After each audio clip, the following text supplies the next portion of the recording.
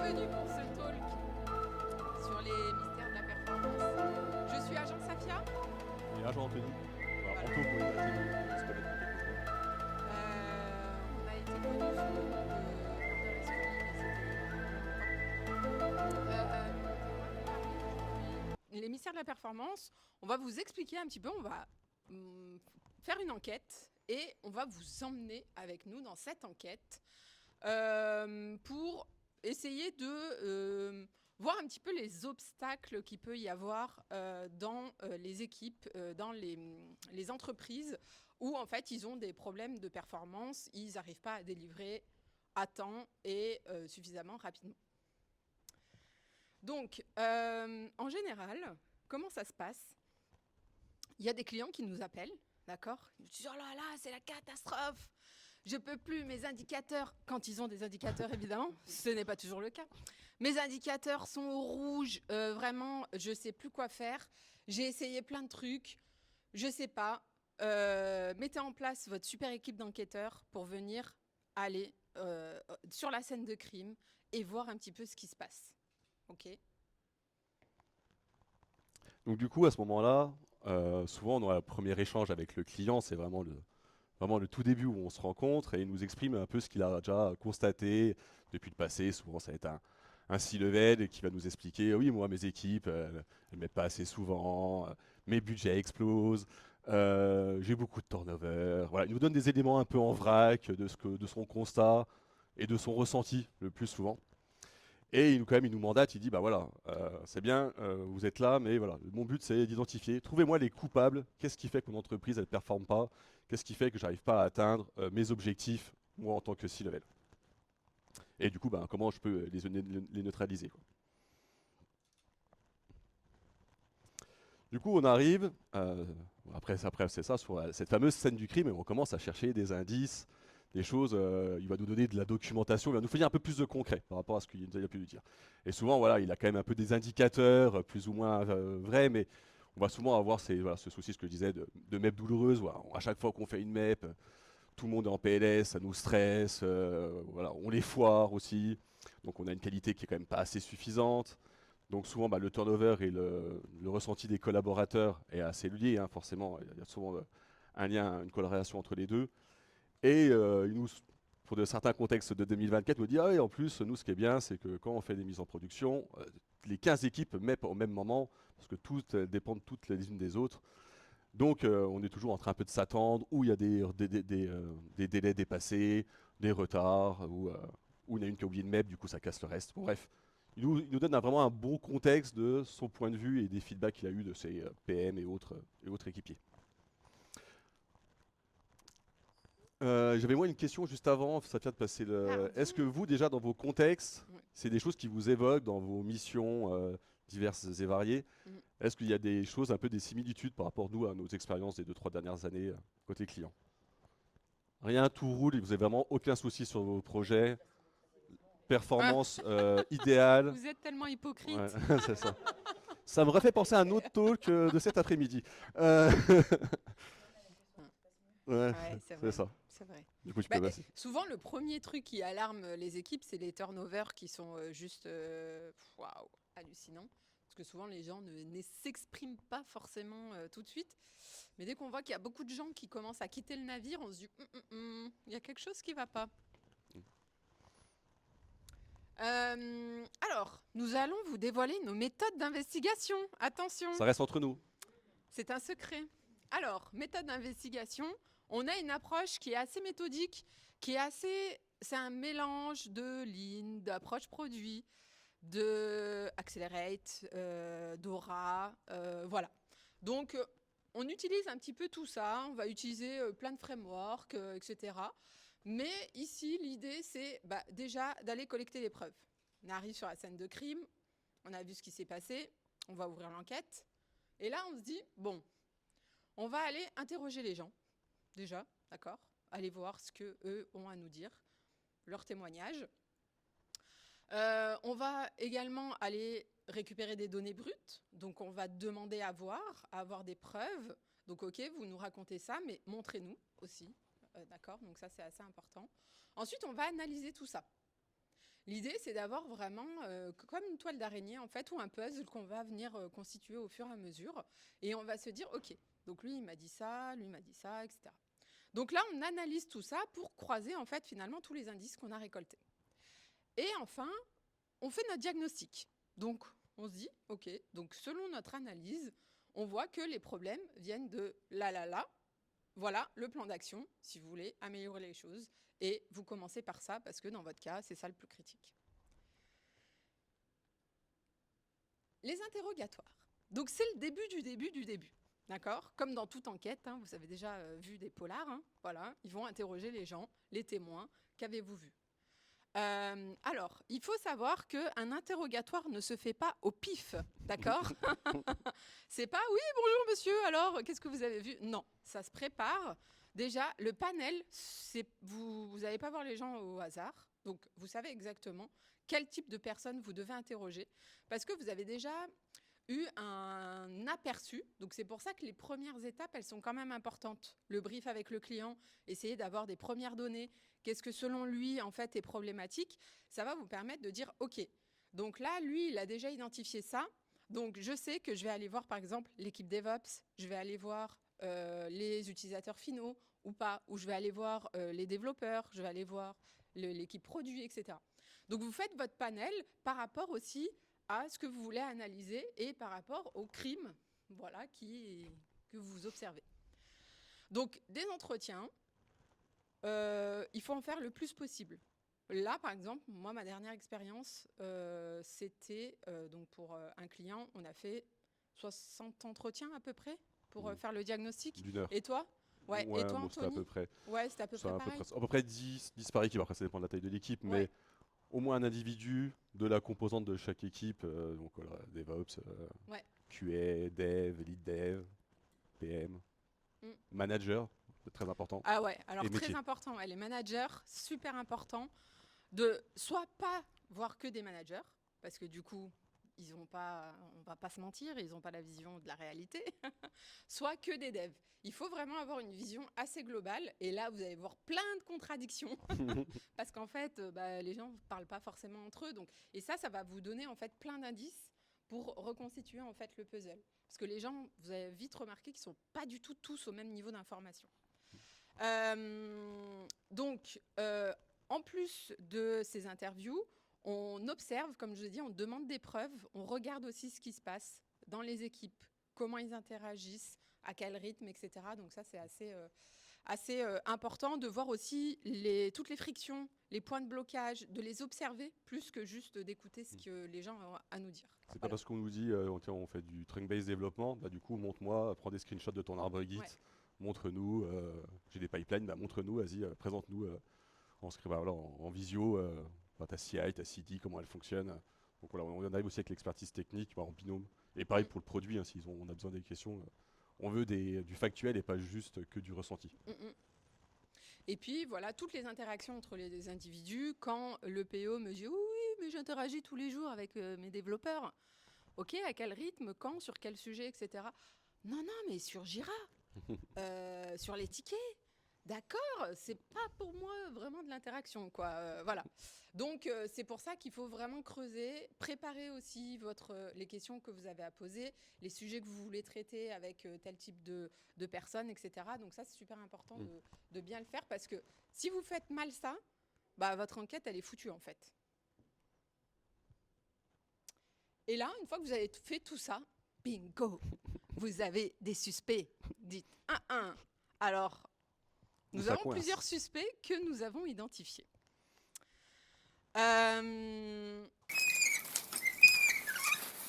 processus poussiéreux. Anthony, qu'est-ce que tu as à nous dire? Premier suspect, voilà, un des grands classiques. Du coup, celui-là, c'est... donc au moment de l'enquête, souvent, c'est un peu de l'archéologie. Moi, c'est comme ça que j'aime bien présenter ce qu'on fait. C'est qu'on va un peu retracer l'histoire, d'où vient un peu l'entreprise, le contexte. Il y a des process, mais souvent, il y a eu des raisons, il y a eu un cheminement qui ont mené ça. Et on arrive sur des choses où on découvre même, on fait des fois découvrir aux clients que, regardez, il y avait ça. Ah ben ça existait. Bah ouais, c'est dans ta page Confluence, enfoui dans 15 strates d'un chemin voilà, impossible. Donc on va retrouver, ils vont aussi nous évoquer que ouais, j'ai beaucoup de turnover, c'est un peu une conséquence, on a dit. Du coup, le CP n'a pas passé de transfert de CP, qui est machin, ou pareil pour les devs. Donc on se retrouve avec des choses, des versions 15 du workflow Jira, des IT. Ben, donc en fait, tout le monde arrive et refait un peu sa sauce sans vraiment avoir capitalisé ou avoir un transfert de compétences. Souvent, bah, c'est dû parce que les documents sont soit introuvables, soit obsolètes, incomplets. Bref, le fameux trombinoscope qui a 4 versions, en fait, il est toujours jamais à jour.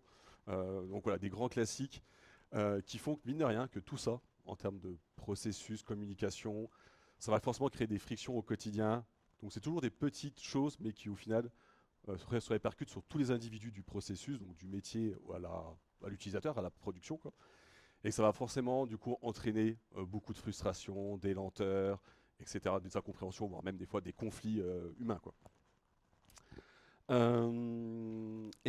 Sur ça, pardon, sur un processus, chez un de mes clients, il y avait à peu près une douzaine d'acteurs entre l'expression métier et la personne qui faisait la direction de mettre en production.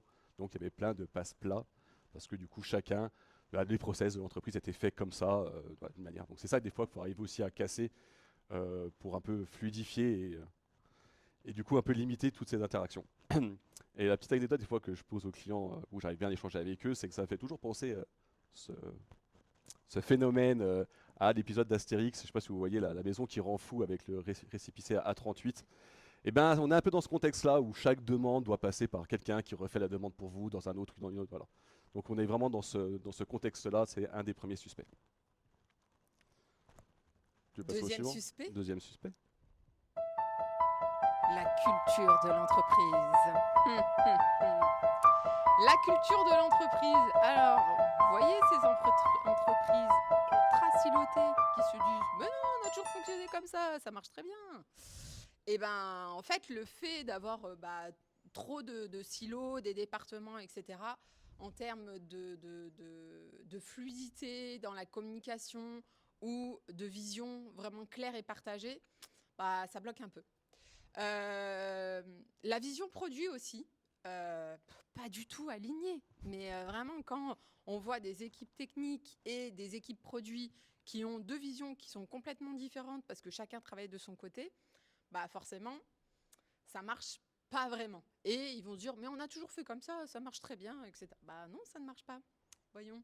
Pourquoi on nous appelle sinon ? Culture de l'amélioration continue aussi, donc on fait du cycle en V en se disant non, on fait des sprints, tout va bien. Mais en fait, finalement, le découpage est juste un découpage d'une roadmap sur 3 ans, en se disant on commence par ça, puis on fait ça, et puis, sans jamais se remettre en question. Et puis, bah, évidemment, si on fonctionne comme ça, on ne peut pas faire d'innovation. On ne prend jamais de risque parce que ça va mettre en péril les délais qui ont été annoncés aux grands patrons sur une vision à 3 ans. Donc voilà. Donc on est sur une culture d'entreprise qui est assez archaïque. Donc là, on peut évoquer notamment Westrum. Donc voilà, on n'est pas du tout sur une culture générative où on va vraiment se poser la question, se remettre en question, être dans du partage, etc. Donc voilà, deuxième suspect. Troisième suspect. Le dernier, celui qui... Il fallait forcément parler un peu de technique. Là, on était plutôt sur les process et donc l'histoire, la culture, et plutôt la partie On n'a pas le managériale. son. J'ai oublié de mettre le son. Oh. Tant pis pour moi. Bon, bref, c'était pas le plus important. L'idée, c'est qu'on a souvent un SI, ça parlera bien certains, vraiment un truc historique, un peu le dinosaure qu'on va retrouver sous des vieilles versions technologiques du Java 8, du Java 11, bon, bref, pour ceux qui ont côté back-end. Donc voilà, l'obsolescence, mais il faut le dire, voilà, on va revenir un peu sur la dette technique par les marines, mais je ne vais pas m'étaler sur le sujet. Et du coup, on va trouver souvent des briques qui sont interconnectées, ce qui fait écho au processus. Pourquoi des fois on a des dépendances dans les équipes? Parce que aussi nos architectures sont aussi interconnectées, donc plutôt sous forme de monolithes. Même si des fois, il y a des entreprises qui me disent ah mais si, nous on est modulaire, on a plein de modules dans notre archi, mais en fait on n'a qu'une équipe qui gère tout. Ok, d'accord, bon, vous n'avez pas tout compris. L'aspect, voilà, vous voyez, ils sont à mi-chemin de la vérité. Mais l'autre moitié du chemin est très complexe et pas si simple que ça, parce que du coup, on va toucher à la culture de l'entreprise, à changer les fondamentaux de cette partie-là. On va avoir forcément cette partie lenteur de mise en production, forcément notre système étant obsolète, il y a de la complexité qui s'est introduite. Bon, ça, je dois regarder un peu la partie dette technique, mais plutôt voilà, de la complexité qui s'est introduite là-dessus, et que forcément le déploiement va être source anxiogène pour les équipes qui vont vouloir à chaque fois dire bah, tiens, j'ai des équipes sur mon ancienne mission, ils mettent de 20h à 5h du mat. Ça peut être de 20h à minuit si tout se passe bien, jusqu'à 5h du mat si ça passe pas comme prévu, et ça depuis des années, potentiellement une dizaine d'années. Et on va avoir sur la partie maintenance, forcément, plus c'est complexe, plus les systèmes sont difficiles à maintenir, on va avoir des coûts cachés, toute évolution, tout changement, donc toute innovation qu'on évoquait tout à l'heure, va générer un coût souvent excessif de la part des managers, des métiers, qui ne vont pas comprendre pourquoi c'est aussi coûteux. Et en plus, ils vont souvent, des fois, même le changement va coûter cher, il sera peu efficace parce que voilà, on n'aura pas forcément pu aller jusqu'au bout parce que les contextes nous imposent toujours un délai, on est toujours quand même en train de courir dans l'IT malgré ce qu'on veut. Et c'est vrai que du coup, pour un peu reboucler ce que disait Marine, c'était qu'aujourd'hui, moi je le représente plutôt comme cette histoire de dette, se dire que plus le temps vous traînez, plus le temps vous voulez mettre ça de côté, vous voulez pas écouter ce que vous disent les équipes, plus tôt ou tard vous allez le payer cher. Et en fait, c'est un peu exponentiel, quoi. C'est pas juste une somme de plus, c'est que tôt ou tard vous aurez un point de non-retour. Donc c'est vrai que tous ces aspects de tech, souvent en fait, on va pouvoir les drainer parce qu'il va falloir changer un peu la mentalité des gens, la culture et les process. Ça, c'est vraiment la finalité. C'est notre suspect qui est un peu lié aux autres malgré lui, quoi. Euh, Suivant. Alors, comment on résout l'enquête? Eh bien, en fait, on a identifié les coupables et en fait, tous ces coupables sont coupables. Il n'y a pas un coupable. Voilà. En fait, c'est un tout. Il faut savoir qu'en fait, on est vraiment sur quelque chose d'assez systémique, c'est-à-dire que tout va ensemble, ok?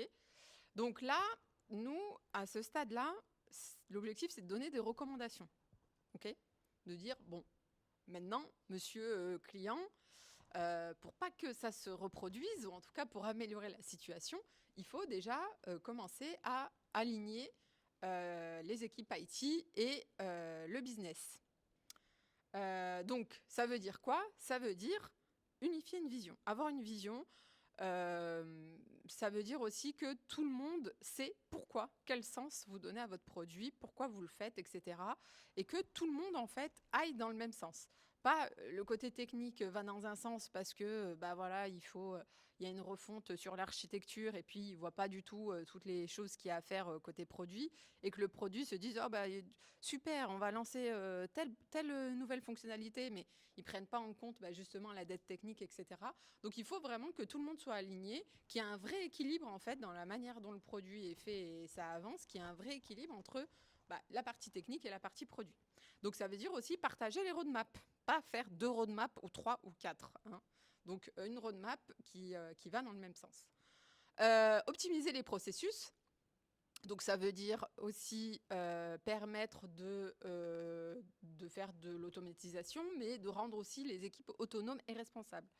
Rendre les équipes autonomes et responsables, ça va leur permettre d'avancer aussi à leur rythme et de pouvoir aussi choisir, prioriser ce qu'il y a à faire, mais tout en donnant du sens et en ayant aussi en tête que ce qu'ils cherchent à avoir, c'est de l'impact et de livrer de la valeur en continu. Donc si ça c'est clair dans la tête des équipes, ils peuvent très bien fonctionner en mode autonome et responsable. Et d'autant plus, ouais, c'est aussi faut déléguer de la confiance. Souvent, c'est un peu ça. Il faut faire confiance aux équipes. Si évidemment, à chaque fois qu'ils challenge un petit peu, il y a une sorte de garde-fou qui se met en place. Non, il faut qu'il vraiment, s'ils vont de l'autonomie, il faut que les équipes que les owners aient confiance à ce que proposent les équipes et de temps en temps ils les suivent. Pardon, je rebondis aussi sur un truc, et que techniquement aussi, elles sont en capacité de pouvoir livrer quand elles veulent et comme elles veulent. Donc ça, c'est aussi un point important. Sur la partie mesure continue, souvent, donc c'est un peu pour casser ces fameux ressentis, etc. Ce qu'on explique, souvent, c'est mettez en place des mesures, ça va vous servir à prendre du recul. faut pas que ça devienne un objectif, ça c'est mon combat quotidien. C'est pas parce qu'on va dire faut qu'on fasse, on a 5 mètres, faut qu'on en fasse 10 par an. Si on dit que c'est un objectif, on va les faire. Hein. On peut mettre des consoles.log et les livrer 10 fois par jour. Hein. C'est pas un souci. Donc voilà, c'est plutôt, ça se sert comme boussole. Ouais, on voudrait bien livrer plus souvent parce qu'on va apporter plus de valeur à nos machins. Bah, c'est quoi derrière que vous pouvez mettre en place? Donc c'est, au moins mettez ça, voilà. Ça permet de guider les décisions. Sur la partie, tout ce qui va être automatisation, comment on simplifie nos déploiements, notre delivery. Donc en fait, c'est bien parce qu'on peut gagner la performance. L'idée, ce que je leur explique, c'est que la livraison, ça doit être un non-événement.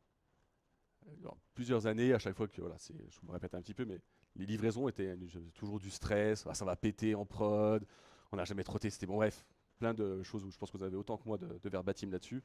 Et j'ai dit, ça l'objectif, c'est que la même se fasse, les équipes cliquent sur un bouton, elles vont boire un coup, que ce soit un vendredi soir, un lundi matin, il n'y a pas de souci, c'est rodé, maintenant on est blindé d'outils pour se consolider, faire des rollbacks si vraiment il y a un souci. Mais il faut atteindre cette sérénité-là pour que tout se passe bien voilà, qu'on évite tous ces freins-là et tous ces stress-là. Donc la CI/CD, les feature flags, les tests auto, pléthore d'outils, mais je pense que c'est ça. Dès qu'on arrive à livrer les yeux fermés et que ce soit n'importe qui de l'équipe qui livre, je pense qu'on a atteint déjà une belle performance là-dessus. Et qu'on ne dépende pas de gens qui est parti en vacances, donc on va attendre son retour pour pouvoir mettre parce qu'il n'y a que lui qui pilote la partie DevOps. Voilà, des grands classiques. Quoi.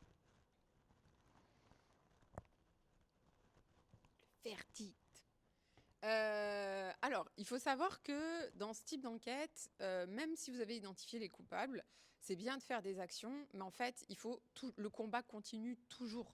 C'est-à-dire que vous êtes aussi vous développez un produit, donc le produit, il vit, il évolue tout le temps. Donc, ça veut dire qu'il faut aussi que vous mainteniez les problèmes que vous allez avoir à un instant T, sont peut-être pas les mêmes problèmes que vous allez avoir dans 6 mois, parce que vous allez évoluer, vous allez faire des choses différentes, etc. Donc, il faut bien garder ça en tête. Et il faut aussi se dire qu'on est vraiment sur quelque chose de très systémique. Donc, quand vous allez tirer la pelote de laine d'un côté, hop, il y a plein d'autres trucs qui vont ressurgir.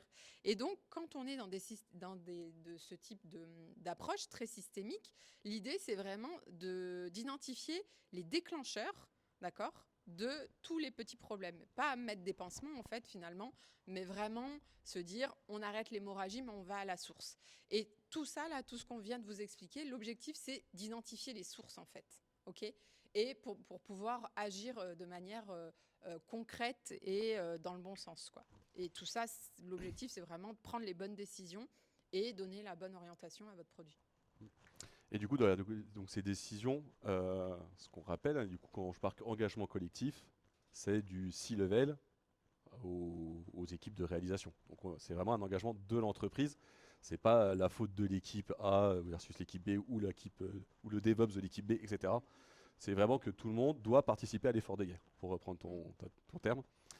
Et l'idée pour éviter que ça se reproduise, parce qu'il y a des clients qu'on accompagne, et une année d'après, ils se reposent les mêmes questions, parce que du coup, systémie, donc pour faire l'appel à la métaphore, hein, vous avez de la tuyauterie, il y a une bulle d'air à un endroit, vous la décoincez par diverses actions, elle va se recoincer autre part, et en fait, il faut toujours jouer à ça, parce qu'on aura toujours des problématiques, enfin, il n'y aura pas de monde parfait. Donc c'est vraiment de se dire une feuille de route, comment on arrive à identifier au plus tôt les problématiques qui arrivent, pour même les anticiper au mieux, et au moins d'être tous en marche pour se dire, ok, de temps en temps, on se fait un audit interne, où on regarde, on prend du recul, on va essayer d'être plus partagé, ou au moins que le truc que j'ai subi à un instant T, et j'ai trouvé une solution, je vais le diffuser à tout le monde, histoire de dire, bah, si vous subissez le même souci que moi, au moins j'ai la solution, ou pire, vous avez identifié, vous pourrez me poser vos questions, et je pourrais vous dire comment nous, équipe, on a mené la résolution de ce problème. Et du coup, c'est toujours après, voilà, faut arriver à se pitcher au C-level il faut investir sur cette partie amélioration continue, c'est un investissement qui du coup est très important et qu'il ne faut pas mettre ça de côté parce qu'on a des problématiques diverses et variées, il est important d'investir sur tous les outils, les humains et toute personne qui participe à la création du produit.